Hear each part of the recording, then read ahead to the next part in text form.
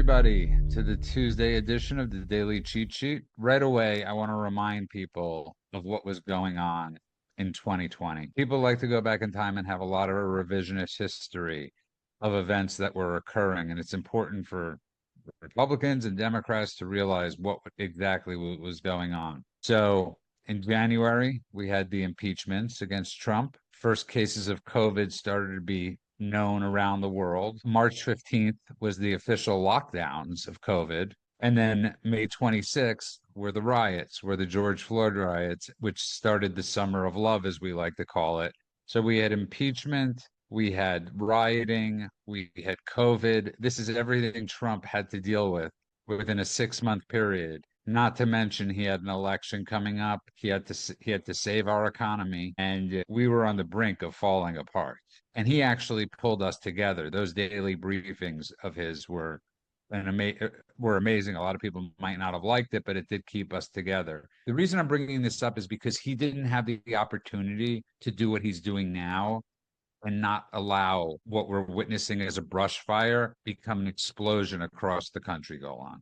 This is the equivalent of someone piling up just tons of kindling, just over the course of, let's say, for the sake of argument, 4 years, just piling up tons of kindling, letting people bring in a ton of kindling, just piling it up one on top of the other. And then after that person finishes piling up all the kindling, then someone else shows up, lights it on fire, and then they blame a third person for trying to put that fire out. This thing doesn't really make sense if you take a step back and look at it. Watching what's happening right now in Los Angeles, burning, looting, lighting cars on fire. We have seen this show before. Do you think this had anything to do with open border policies? Well, I don't know. Why don't we ask the rioters who are waving their Mexican flags and shouting in Spanish about how maybe this is actually Mexican land? This all sounds familiar. How about we look at the Palestinian flags that are in the riots as well, as if one has anything to do with the other? This intersectionality of grievances of people who want to burn down the world, all Antifa style. The idea of blaming Trump for this is similar to blaming Trump for when he got shot in the ear. Or looking back at the BLM riots over and over again, they didn't think to blame the people who were egging it on, who were bailing out the rioters, who were saying this is mostly peaceful, even though the cars were on fire, which we saw again yesterday. All of that wasn't incitement. These people are not to blame.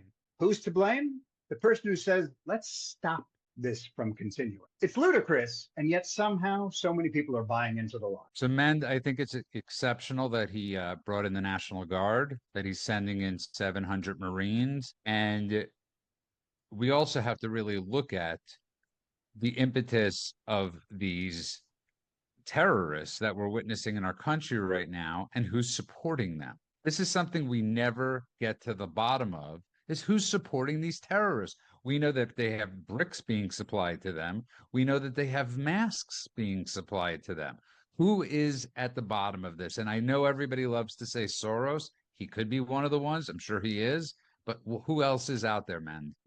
Peaceful protests does not have anything to do with burning down buildings, looting, attacking police stations. That's what these guys are doing. And the news media, once again, I mean, you could just take the clips from 2020 and just replay them now, and it's exact same clips. It's peaceful. Some people just getting kicks instead of watching cars burn. Watching cars burn, I saw a mom with her little kids and a Hispanic lady on her way home from work, and she got stuck in this riot. And she was screaming, I have babies in my car, and they were screaming, F you.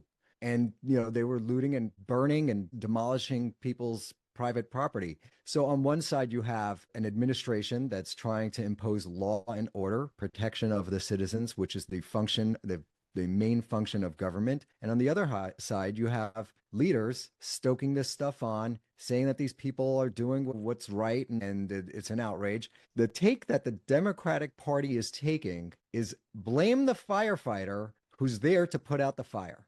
That's what they're doing. That's the take they're gonna run with, because they believe that if they light their cities on fire, it's somehow going to make Trump look bad. And I think the country's over it. We've seen enough of this stuff. The risk is that there are so many feckless people that will just say, we're over this. Let's get rid of Trump. Therefore, the riots will end, knowing that it's the left that's creating these riots, as they did with the pro-Hamas riots, as they did with the Black Lives Matter riots. It's the same group of people. This time, they haven't even changed their headscarves. They're showing up at this thing still wearing their keffiyehs from the pro-Hamas riots. So who's funding it? We could jump into that. I heard there's a company, a nonprofit called the Coalition for Humane Immigrant Rights. They were the key backers of these anti-ICE protests. One of the most surprising things about this coalition is that they are funded by taxpayer dollars. Californian taxpayers have given this organization, nonprofit,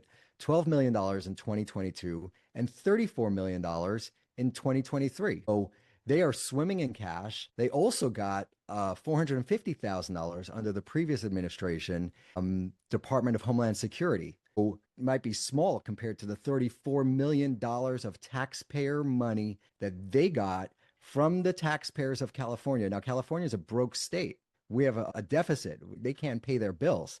Yet somehow they found $34 million to give to this CHRLA. And these are the guys that are funding these protests. And Mayor Karen Bass was bragging that she got them, another $450,000 from the federal government. So the mayor of LA is bragging that she helped fund the organization, one of the primary organizations that's behind funding these protests, these violent riots that are burning down her own city. So this is leadership that we have here in California. Golan, to his point, again, going back to 2020, Trump's hands were tied. He's a one-term president right now, and his sole job is building the economy, protecting the borders, and protecting all Americans. And that we don't see this as that there are many Americans out there that aren't saying, I want protection. I need protection. Absolutely. And you have people like Dana Bash on CNN calling him the arsonist. So we know these things to be completely untrue. The question, Golan, is how many people are buying it now? And does it really matter? Who cares? Who cares about the optics as long as he's getting the job done? I think nobody. I think the people who are complaining about this are the same people who are looking for any excuse to complain, any excuse to riot, any excuse to loot, any excuse to burn a cop car, any excuse to do any of this, because this is not new, as we talked about. This is not suddenly they decided to do this thing and no one's ever seen this kind of riot before.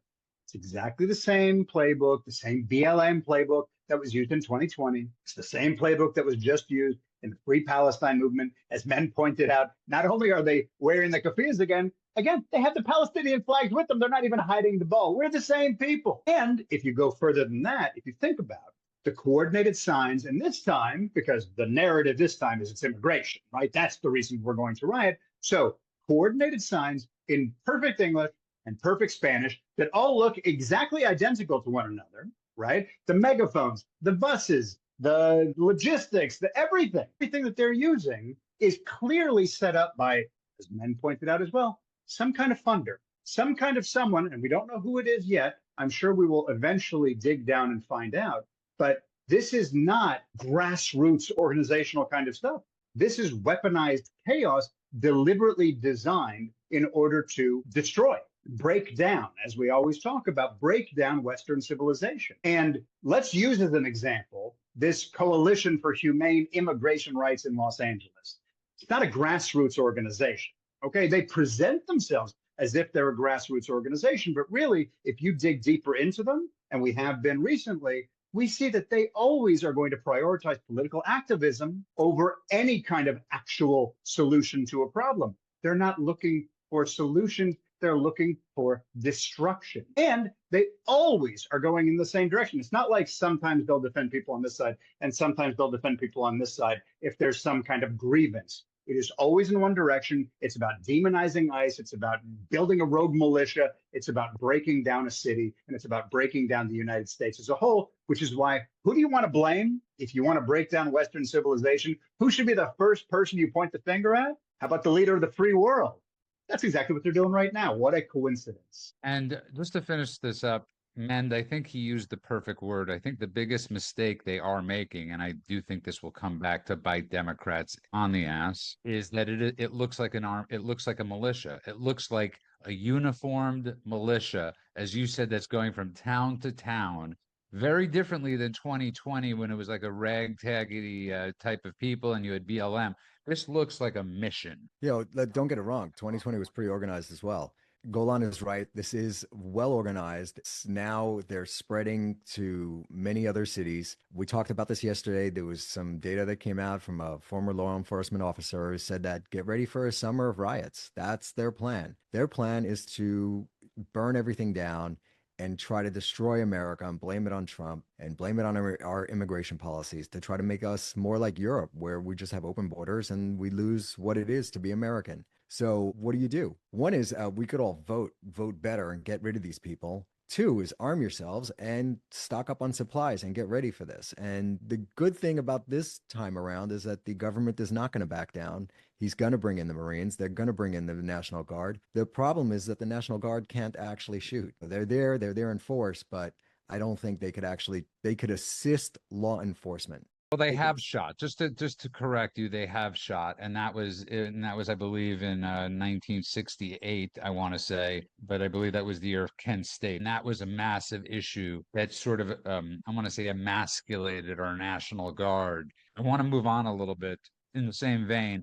You have one Democrat senator, John Fetterman, who seems to be the only Democrat in the party that has common sense and that has enough guts to call this out when you have almost every single Democrat stoking the flames. That is what they are doing.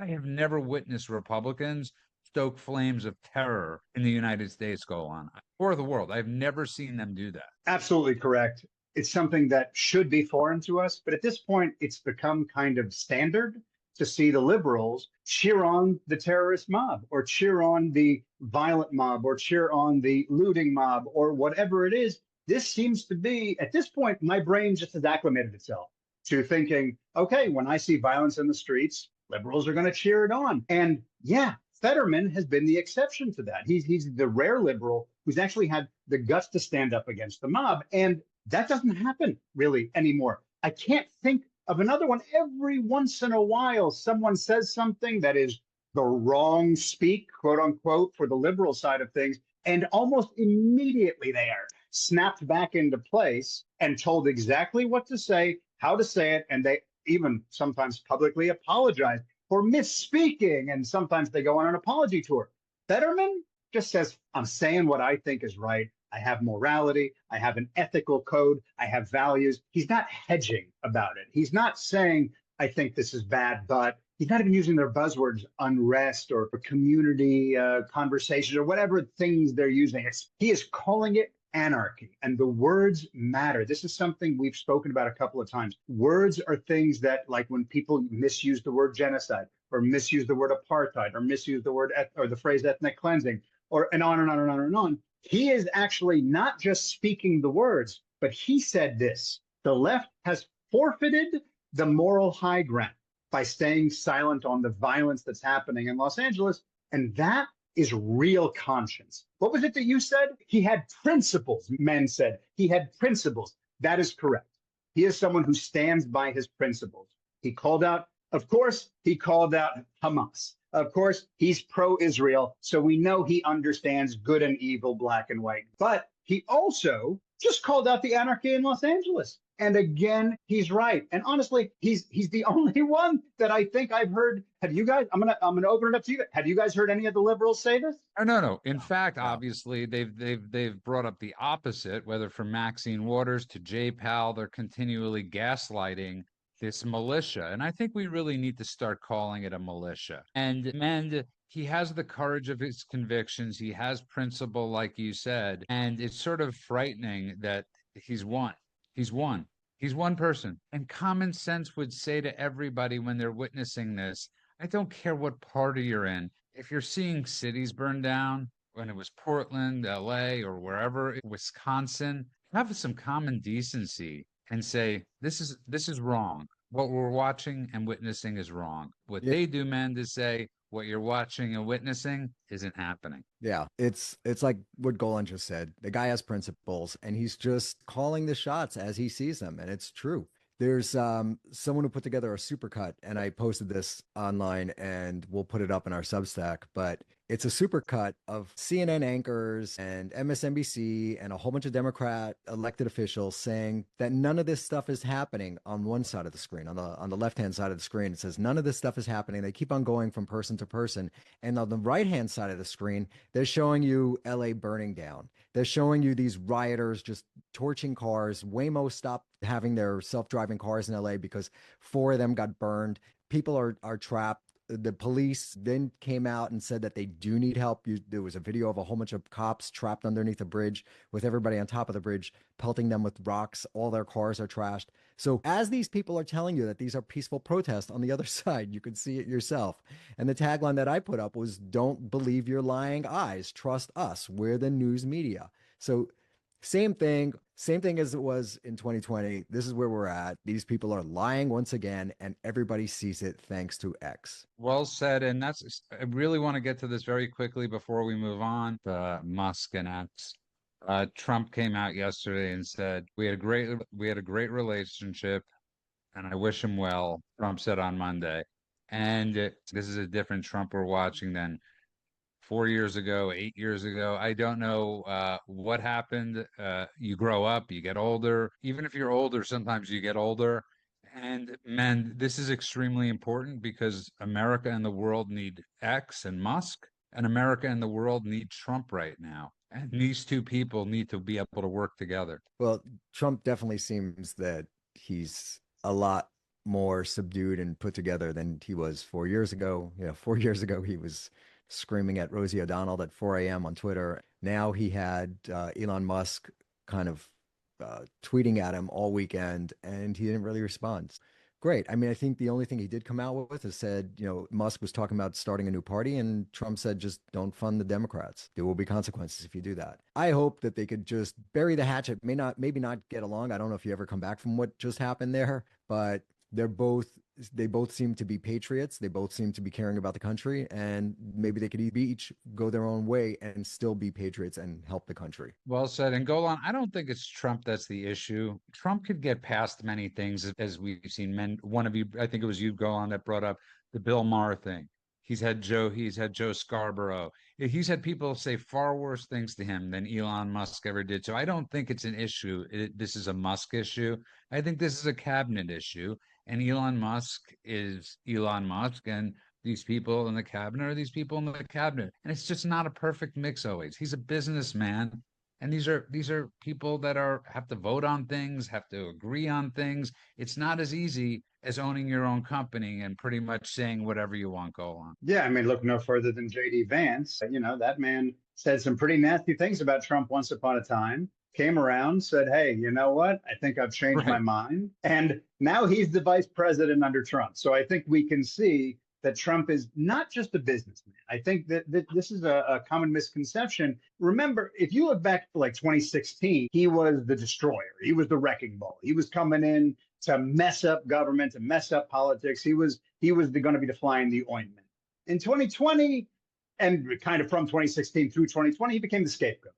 He was the guy that they were going to put everything on. Anything that happened, it was going to be Trump's fault. We're still doing it today, but it became crystallized there. They're like, let's impeach him again. Let's find everything we can. Anything we can do to pin something on him, we're going to do it. Now he's back. He's a one-term president at this point. So he doesn't have any reason to try and get reelected and make people like him. He's just getting the work done. And I think it's calmed him. I think maybe it's because of the assassination attempt. Who knows what the reason is? He's become something more than a businessman. He's become a statesman. And I think that now, watching him kind of leaner and sharper and understanding how the machine works, unlike last time, he is now able to not only understand, focus, and really hone in on the things he wants to do, he also is not letting other stuff distract him as he had in the past. And to me, that's the key element. I also think it's important to remember the barrage and the fire that he was under when he took over in 2016. Right before he became president, they were planning the impeachment. You had the Steele dossier. They were coming at him like wildfire. So it's important to remember what was going on and why he had to defend himself. So, and they fed him and he fed them, and it was this back and forth. And now there's no back and forth. He's just doing what he needs to do. I want to throw this story to mend. There's two ways I could tell this story, or there's two ways I could read this story. 113 House Democrats vote against GOP resolution denouncing the anti-Semitic terrorist attack in Colorado.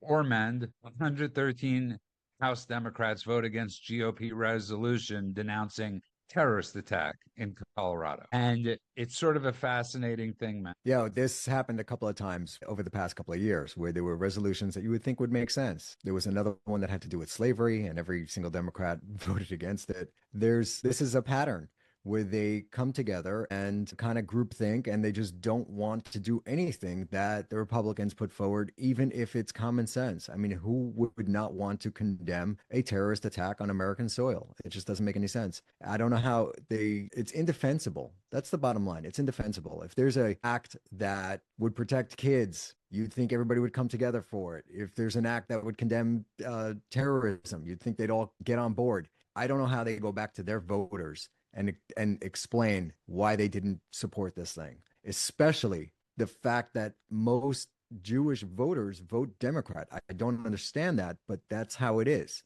And then they have to go along with that, the party that is literally making it less safe for them in this country. 100%. And Golan, there's a reason I read it both ways, because Mend has brought up the point many times, and I think it's a very good point, which is, let's just call this terrorism.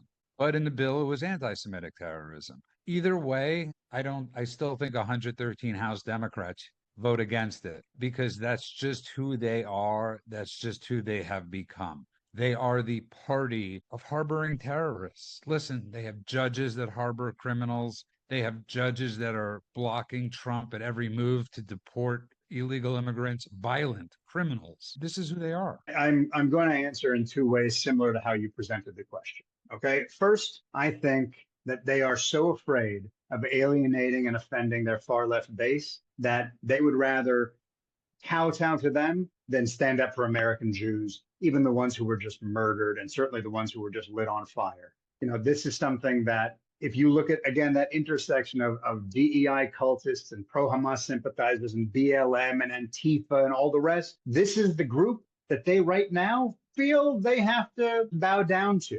So it's not a shock. Now, I can play devil's advocate because I wanted to read, why in the hell would 113 House Democrats vote against a resolution condemning terrorism, any kind of terrorism? Okay? Something didn't make sense to me. So I wanted to hear their side of the story. And I really looked into it. And here are the arguments. Hakeem Jeffries said, this is politicizing a tragedy. Okay, so you decided to vote against it? That still doesn't land. All right, let's see what else they have. Okay, some of them were uncomfortable because in the bill, it praises ICE and the anti-immigration initiative. They said, well, wait a minute. We're for the people right now rioting in Los Angeles. How can we sign something that praises ICE for keeping our country safe? They weren't willing to do that. The next thing is they said, this is score settling with sanctuary cities. Okay, so again, you are accusing the Republicans of politicizing this issue, and all you've done so far is politicize this issue while also throwing Jews under the bus. I thought I'd let's see what the Jews who voted against it said. Dan Goldman, the rep from New York, he said, there are already plenty of resolutions condemning anti-Semitism. So this is just duplicitous. Okay, once again, you've made a decision to verbally and visually say, I do not stand with the Jews. Why? I already stood with them before. That is not a good reason. And also, let's remind ourselves that Dan Goldman is the one who wanted to sanction the Jews in Israel and encouraged Biden to do so. So maybe he's not as Jewish as we think he is. Ultimately, all of the reasons, and I really tried to be bipartisan here. I really tried to look at their reasoning to see if I could figure out, okay, here it is. Not one of the things that they said, and they were vocal as if this absolved them completely, not one of the things was actually convincing as a reason to say, we do not stand beside our Jews, and the Jews are watching, and history is watching. And all of America, frankly, is watching because first they come for the Jews, but it doesn't stop with the Jews. You're 100% correct. And it's also important to note, and I believe you could fact check me later on this, that Dan Goldman was one of the prosecutors, as you would say, during the impeachment hearings before he became a congressman. So just it's something important to note. Men, take us out on this. Finish the story up for us. Listen, there's a lot of rot in the Democratic Party. They have weak leadership and they've failed to shut down the BS when it comes up. You had Kamala Harris telling these people that were calling for what's happening, the war in Gaza against Hamas, a genocide, which is a lie. It's a libel. You have that the rot in that party. I mean, let's just look at Ilhan Omar, their poster child. Her daughter posted from LA to Rafah, there is one common oppressor, death to the colonial empire, life for our children. That's a sitting member of Congress who is accused of committing immigration fraud by allegedly marrying her brother and bringing him over. That's still somehow in Congress. That gets voted in by a massive block of Somalis in Minnesota. And that's just exemplifies the rot within that party. So forget about this bill and the nuances within the bill.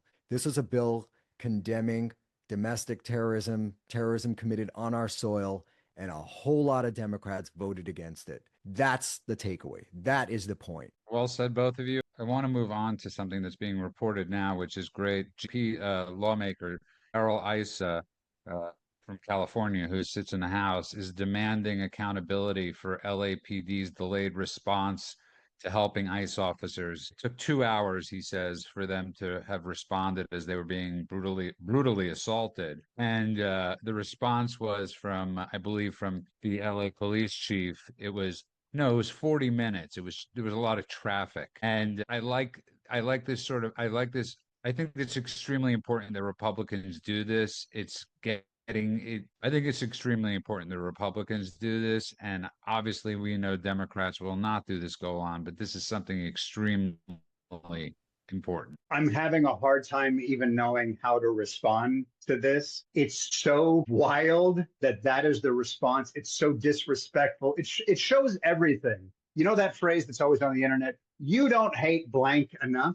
That's what this feels like, the embodiment of you don't hate blank enough. If that's really the answer that's being given, it's ludicrous. The idea of Los Angeles being turned into this sanctuary circus and the cops are being hung out to dry by the government of the place they work for, the bosses. Can you imagine if you worked in an office and all day, every day, you were just the victim of the people who were your higher ups? That's what this feels like. So the idea that they would say, we'll be there when we get there, or worse yet, as some of the politicians in the past had done, for instance, what Kamala did when she was just bailing out the rioters who had been attacking people here, they're not even showing up to help. And when they do show up, they do it at their leisure. They do it with a clear message. You are not our priority. The people of this city are not our priority. These rioters are our priority. And that says everything you need to know about who's in charge. Well said, Golan. And more to his point, Mend. On Monday, LAPD announced that 50 arrests had been made, 50 had been made, with charges including attempted murder and assault with a deadly weapon of an officer. Fox News correspondent Bill Maluzin reported next, adding that 5 LAPD officers and 5 LAPD horses sustained minor injuries. I think if they showed horses getting injured, it would actually have a more impactful thing on the left. But man, that's 50 arrests. What the hell is going on? The excuse that the LAPD couldn't get to the aid of the ICE agents because there was traffic is kind of like the dog ate my homework. Makes no sense. It goes back to my point.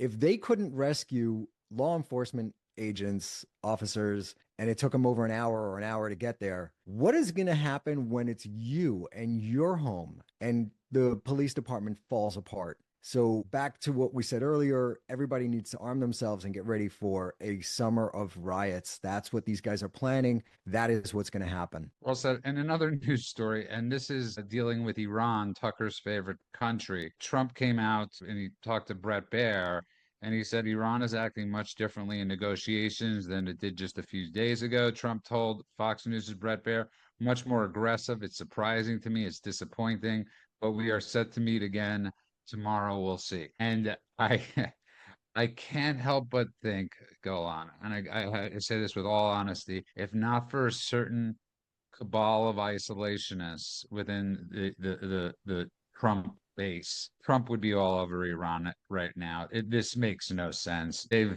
been in power since 1979. These are ayatollahs and mullahs.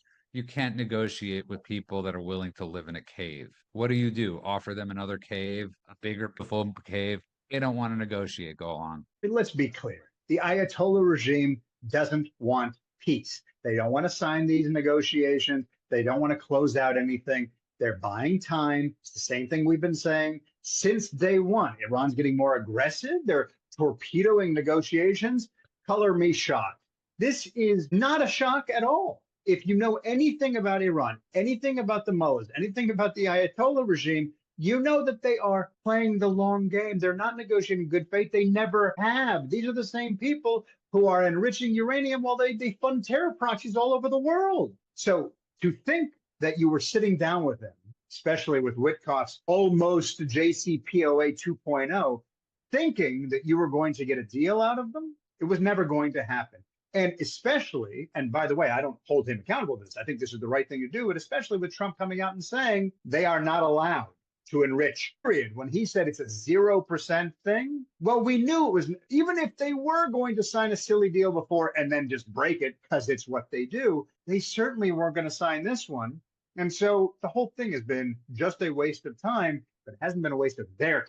It's been a waste of our time. They always wanted time. Why? Because enriching uranium doesn't take that long. If you already are at a certain level of uranium enrichment, all it takes is not years, not months, not weeks, but days to get that uranium to full enrichment. So them playing these games, waiting until they have what they need, is exactly what they've been planning since day one. No, listen, I think you're exactly right. This is fool's gold, man. I love Trump. I love Trump. I love that he's trying to be the peacemaker. But these people don't want peace. They want war. They want death. They are sponsors of death. This is what they live for. They don't live for life. They live for death. They don't care if their own people die. It's all worth it. And they say it out loud all the time, just in case we're not sure. And the America had every right to attack Iran and take out their nuclear program because they've been attacking our ships in the Red Sea for the last 4 years. So the fact that Trump went in there and decided to try diplomacy first, again, is just another example of the difference between Trump of 2016 and Trump of 2020. He's trying diplomacy. I applaud that. I think it is the right move. There would have been every single, and they still will be, but every single country in the world would have stood up and screamed, oh, Trump's attacking Iran. What are they going to say now when he went the diplomatic route and he tried in best effort and it failed, and then he took out their stuff? So it kind of blunts the teeth of everybody who was going to talk smack about him for just going in there and with firepower, as opposed to trying to end this diplomatically. He tried it. It's not working. We all knew that it probably was not going to work. There was a slim hope that Iran would want to improve the economic situation for their country, and maybe they would strike a deal. There was a slim hope that that would happen. It doesn't look like it's happening, and time is running out. And Trump's not going to be just steamrolled by those guys, as everybody was saying. It looks like this thing is going to go the opposite route, and it's going to be bang, bang, bombs away, and a lot of people are going to die, unfortunately. But that is solely the choice of the Iranian regime. They are choosing war over peace. You know, I think that was brilliantly said, man. And again, Golan, I go back to White House messaging oftentimes, and I bring up that Mend would be the perfect White House messenger, because that's applicable for Hamas. That's applicable for the Russia-Ukraine. That's applicable for everything, every conflict that's going on. This could end tomorrow if the hostages are returned and they put down their guns.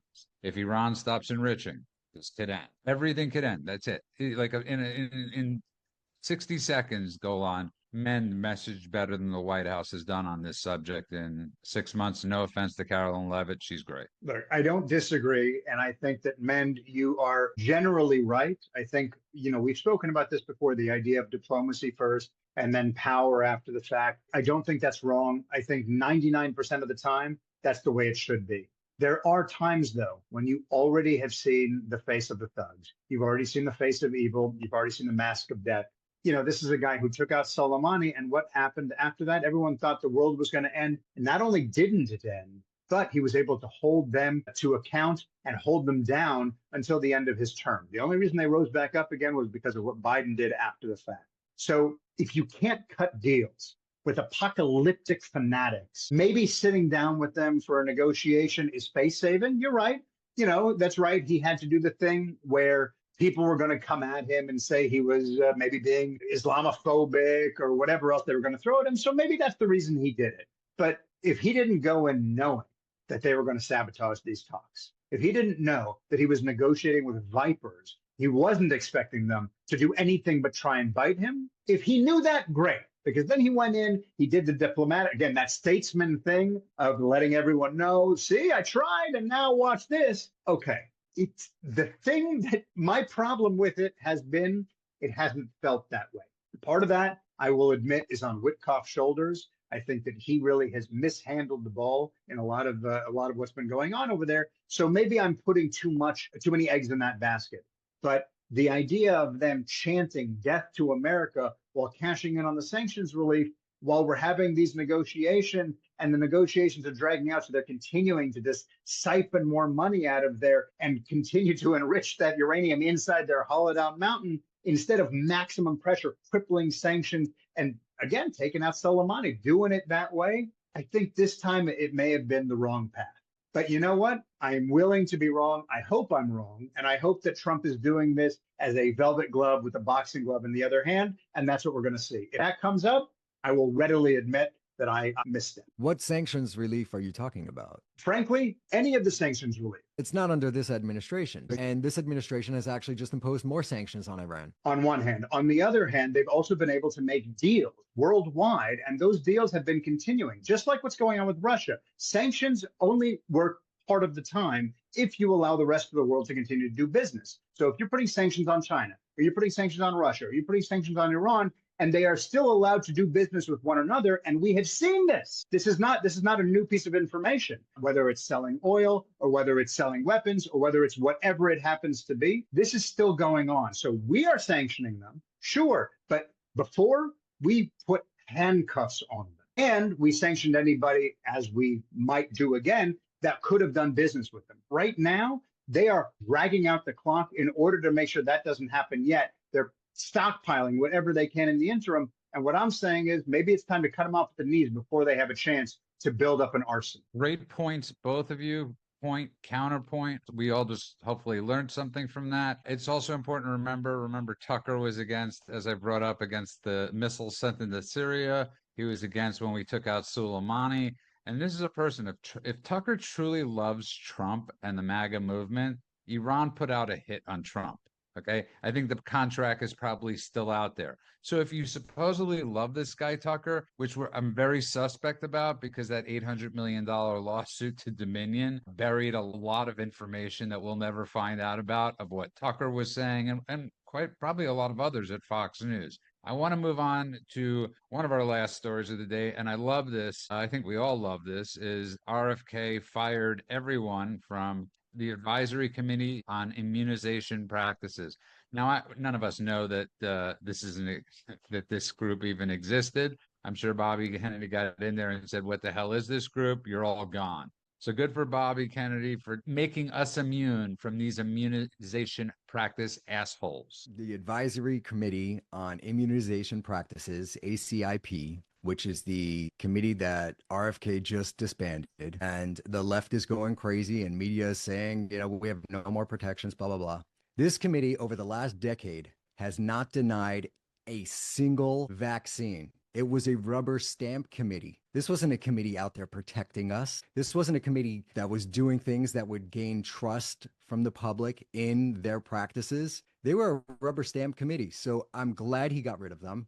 There's no need for that. He's rolling back a lot of these mandates. And one of the big points of one of the big implications of the things that MAHA, Make America Healthy Again, and RFK is doing by removing the mandates that government recommends, vaccines to healthy pregnant moms or little children. What that does is, if it's not mandated by the government, then the drug companies that produce these drugs are no longer immunized from lawsuits if they're given to these children or moms and they get injured. So this is excellent. This is huge. He's shifting responsibility. So these companies can't just pump this stuff out and claim that they have immunity and there's no responsibility anymore. Now this responsibility is being shifted back to them. There's liability now that they face if they put out stuff that could potentially harm people. And that's where we need to be. That's what equalizes the risk and benefit of a company putting out a product. So I applaud what he's doing. I support what he's doing. And I say, once again, get past the headline and look at what this does for you and your family. If it makes sense for you to go out and get one of these vaccines, we were going to do the HPV vaccine. And then I spoke to a pharmacist and she said, well, you might want to look into that a little more. And then we looked into it and there was a disproportionate rate of side effects. So we're going to look into it more than that. My initial response was, I want my kids immunized from that, but because it's so prevalent in society and it causes cancer later on in life. But what are the risks and is it worth it?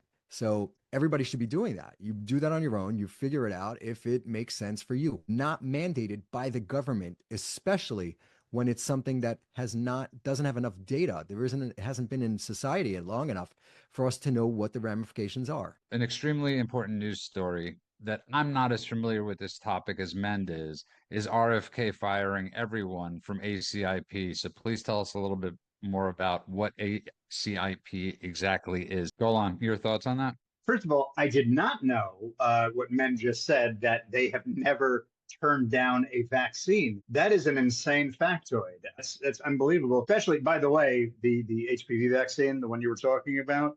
I don't know everything about it, but I do know it contains aluminum and the heavy metal. That's one of those things that we shouldn't be putting into our bodies. And when they first started vaccines, that was not part of it. And it feels like now, whether that is because of the cost or whether that is because of some other factor, that's something that's now in there, and they're asking us to inject it into our bodies. Those are things that make me uncomfortable. I am not an anti-vaxxer. I am someone who believes in vaccines. I am someone who believes in science in general. I also recognize that science is designed to be questioned, to be challenged, and that it constantly evolves. So the idea that because someone says today, this is the way it's supposed to be, doesn't necessarily mean that's the way it is, because science doesn't believe in is, it believes in for now. And that actually brings us cleanly to the advisory committee on immunization practices, because this group, which claims to be the group that tells you what is when it comes to vaccines and immunizations, is actually kind of a closed loop club.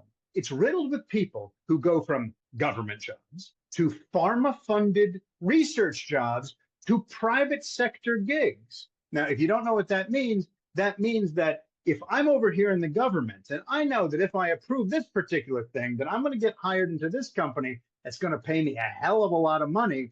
And from there, I'm going to go over here where I'm going to have a perma job that's going to pay me even more money. But the amount of money they're going to make on the vaccine is even more. So this is small potatoes. So I know that step one equals me happy with a boat in step three. Why would I say no? Even if that means some people are going to get aluminum injected into their veins. You don't restore public trust with that kind of closed loop, right? You have to rip it out and you have to start fresh. And that's the important thing.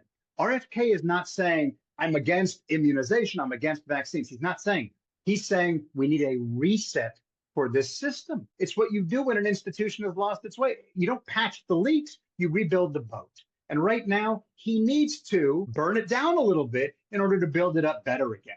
Because the bottom line is science doesn't fear scrutiny. It's designed to withstand scrutiny. Corruption fears scrutiny, and that's what this feels. It reminds me a lot of the White House spokesperson, Jen Psaki. As soon as she quit, moved over to MSNBC and became a talking head right there. Closed loop. You scratch my back, I will scratch your back. I just want to end this subject with this. Both of you are parents, married. I'm neither. So this subject is not as important to me as it is to you guys. But I'm in the minority. Many people are married, many people have children, and I do think this is an extremely important topic. And I'm very glad how both of you dissected this topic. I think it was done extremely well, and I'm amazed. And this goes to show you how tribal we are, that exactly what you guys are talking about used to be liberals' talking points. And that's how much of a shift we've had in our country, is that we're discussing the safety of our children. The left hates the right so much, they're willing to burn the children and use them as human guinea pigs in the name of science. And that should frighten us all. And the last subject I want to get to is Greta Thunberg, the flotilla that should be sent to Manila. And she arrives in Israel. They feed her a sandwich. And they give her a bottle of water. They claim they were kidnapped. Go on. This story is, I don't know what you say about this story, and Trump commented on this. Trump, I'll find it in a good way. Trump's like, something wrong with that girl. I mean, yeah, I think we can all see it. But this is one of those stories that is kind of a microcosm of everything. It's her making up words, kidnapped. Let's just pause for a moment. So the irony of her trying to take a boat into a place where hundreds of people were literally kidnapped. Some of them are still being held hostage, and she hasn't said one word about it. And she has the gall, or perhaps the autism, to say, I was kidnapped, when she was taken into custody for breaking the law, given a sandwich, on video, by the way, you don't have to believe me, given a sandwich, given some water, given some challah, and then put on a plane back home. If that's kidnapped, then, words no longer have any meaning. And as if that's not enough, her own government came out with a statement, because she said in her video, pressured my government to make sure they free us from the kidnapping. And the government was like, you haven't been kidnapped.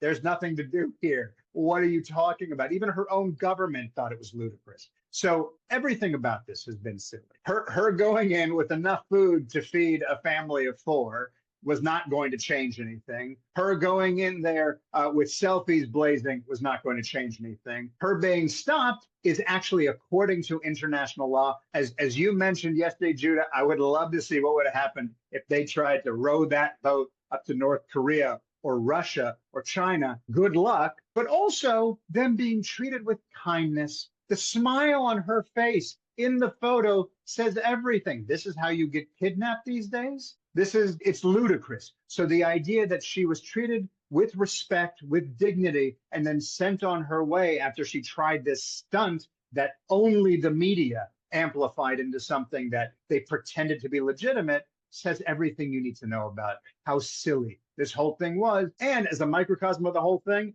how silly all of this has been. Trump came out and said, and I quote, she's a strange person. She's young. She's a young, angry person. Trump told reporters when asked for his message to Thunberg, but she's certainly different. I think she has to go to an anger management class. That's my primary recommendation for her. I disagree. I don't think they should have been nice to her. I think they should have roughed them up. I think they should have locked them in a basement. I think they should have handcuffed them, put them in chairs, and Clockwork Orange, force their eyeballs to stay open and make them watch that October 7th video, see what they're actually protesting for, and then put them on a shitty little dinky boat and send them back, put them back out at sea with a whole bunch of paddles and say, figure it out.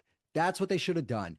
Not giving them sandwiches and having them smile and treat them with respect. Absolutely not. No way. You know what? This is a problem the Jews have, though, is we treat people with respect, and sometimes that means we get the back of the hand. We've tried to be, right after October 7th, the Israelis said, we don't know how many people have died. We have to go through a process, and they were careful and meticulous, and it took weeks, and then they adjusted the numbers and lowered and people were like, look, they keep changing the numbers, these liars.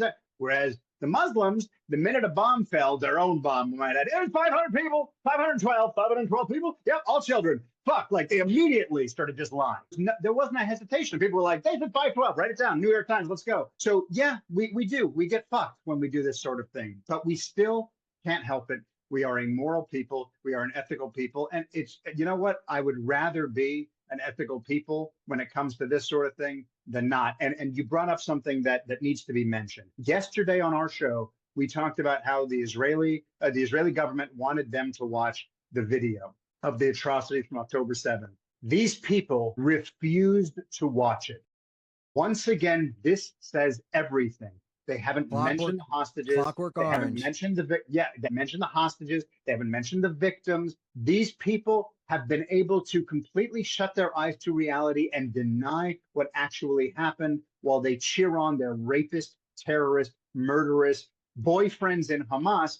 And this would have been a moment where reality smacked them in the face and they couldn't take it. They decided to continue to shut their eyes and perpetuate the lie.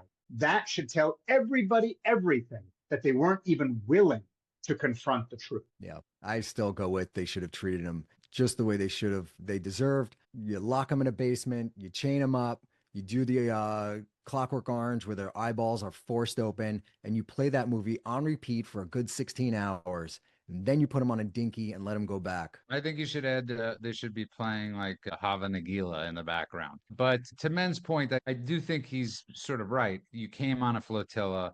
Why not leave on same said flotilla? I don't see why they had to go on a plane. If you really believe in what you say, go back on the flotilla, continue the selfie boat, and go to Darfur. Final two things. Each of you get 30 seconds. Trump in the Oval Office today. If there's a protester who wants to come out, they'll be met with big force. Love that. Great. That's the way it should be. If you want to peacefully protest, you want to go stand in front of a federal building with a flag or a sign and have cars that drive by honk their horn in support, great. That's been going on here in LA for years. But these guys are not peacefully protesting. These are riots. This is organized insurrection. They're trying to burn down the country. They're saying it. Ilhan Omar's daughter posted it. That's their goal. And they're well funded by us, the taxpayer, in these demented states that we live in. So force should be dropped on these people.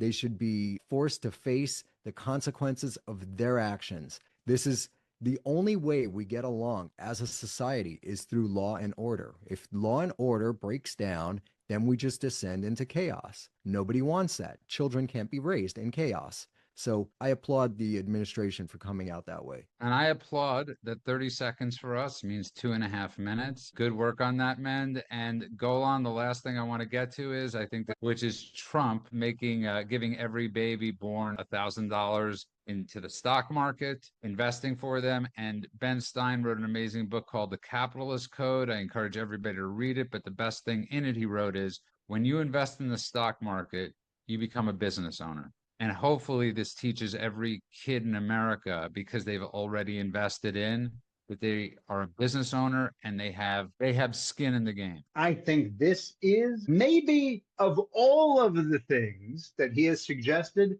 the most brilliant in terms of securing the future of the United States. Because one of the things that is fueling all of the morons and all of the rioters and all of the terror lovers and all of the terrorists themselves who are running around lighting everything on fire is because they don't have an ownership in this country. They don't, in the United States, they don't feel like they are part of the system. So they feel like they want to burn it down. It's real hard to burn down a bank when your money's inside of it. And so the idea of putting $1,000 invested into every baby born, that's a real idea that actually helps Americans and moreover helps America. That's about investing in our future, our own future, individually, of course, because it means that, like you said, now we are business owners. We own a share of stock in a company, and now we have a vested interest in watching the market. What is the percentage of Americans who are invested in the market today? I believe it's 54% or 64%. I believe it's 54%. Okay. Whatever it is, it's... Regardless, it's fairly low. So, or let's say it's about half or a little over half. That's fine. That means there's millions of people who have no vested interest in what happens with the market. When they watch the thing rise and fall, it means nothing to them. So this isn't just another bloated government check that disappears into nothingness. It's an investment in our citizens. You know what I think they should call this? I don't know if they already are, but if they aren't, they should call it America First Economics, because this is like cradle to independence. It also is a seed planted at birth for them to either pay for college, pay if they want to go to college. I don't need anyone to go to college anymore, having seen the rot that exists. But let's say they want to buy a house, build a life, start a business. This to me makes sense. I love it. And I love that both of you have a really extreme understanding of what 30 seconds means. And thank you both. And I want to remind everybody where they could find us on Apple, Spotify, Substack. Please go to Substack. Please go to YouTube. Follow us. Everything is at the Daily Cheat Sheet, including Instagram. The only place we're not the Daily Cheat Sheet is on X, where we are TD Cheat Sheet. Go there and follow us and subscribe. On that note, have a good morning, afternoon, and night world wherever you are.